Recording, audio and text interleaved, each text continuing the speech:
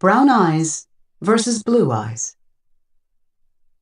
The third graders fidgeted in their seats and rested their chins on their folded forearms as their teacher, Mrs. Elliott, told them the rules of a class experiment she wanted to try with them.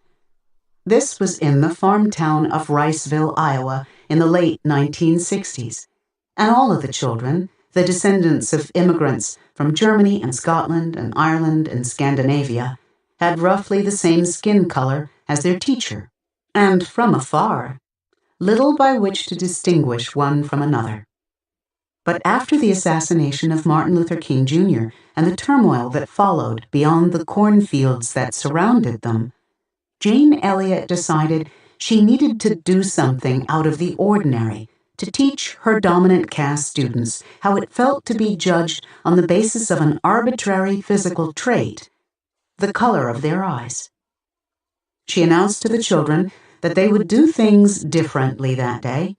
She laid out arbitrary stereotypes for a neutral trait that, for now, in her classroom, would put a student with that trait in essentially the lowest caste.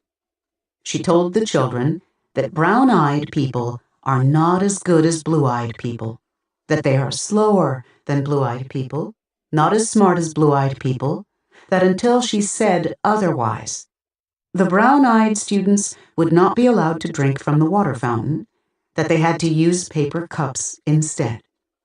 She told the children that the brown-eyed people could not play with the blue-eyed people on the playground and would have to come in early, but that the blue-eyed students would get to stay out longer for recess. The students looked confused at first. Then, in a matter of minutes, a caste hierarchy formed.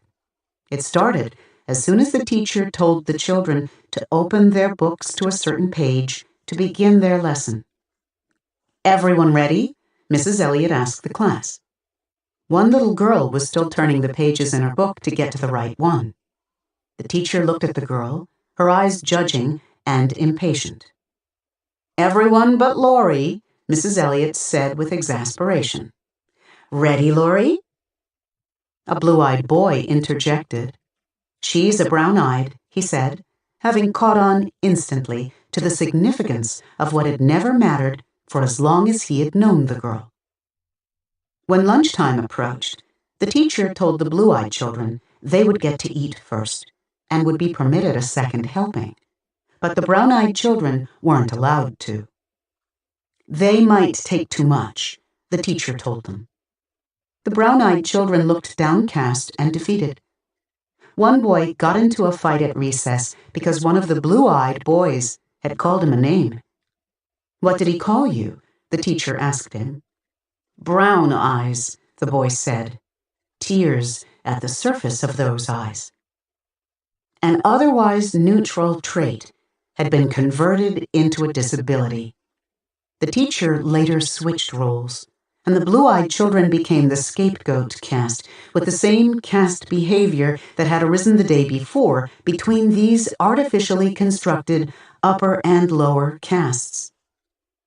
"Seems when we were down on the bottom, everything bad was happening to us," one girl said. "The way you're treated, you felt like you didn't want to try to do anything," said another.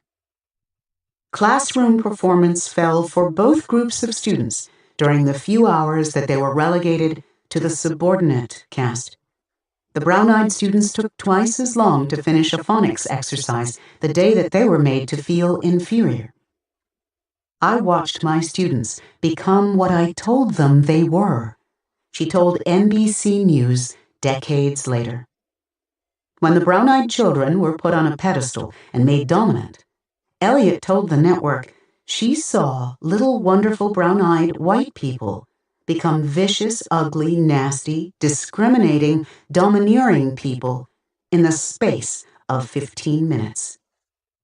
With the blue-eyed children scapegoated and subordinated, I watched brilliant blue-eyed white Christian children become timid and frightened and angry and unable to learn in the space of 15 minutes, she said. "If you do that with a whole group of people for a lifetime," she said, "you change them psychologically. You convince those who are analogous to the brown-eyed people that they are superior, that they are perfect, that they have the right to rule. And you convince those who take the place of the blue-eyed students that they are less than. If you do that for a lifetime, what do you suppose that does to them?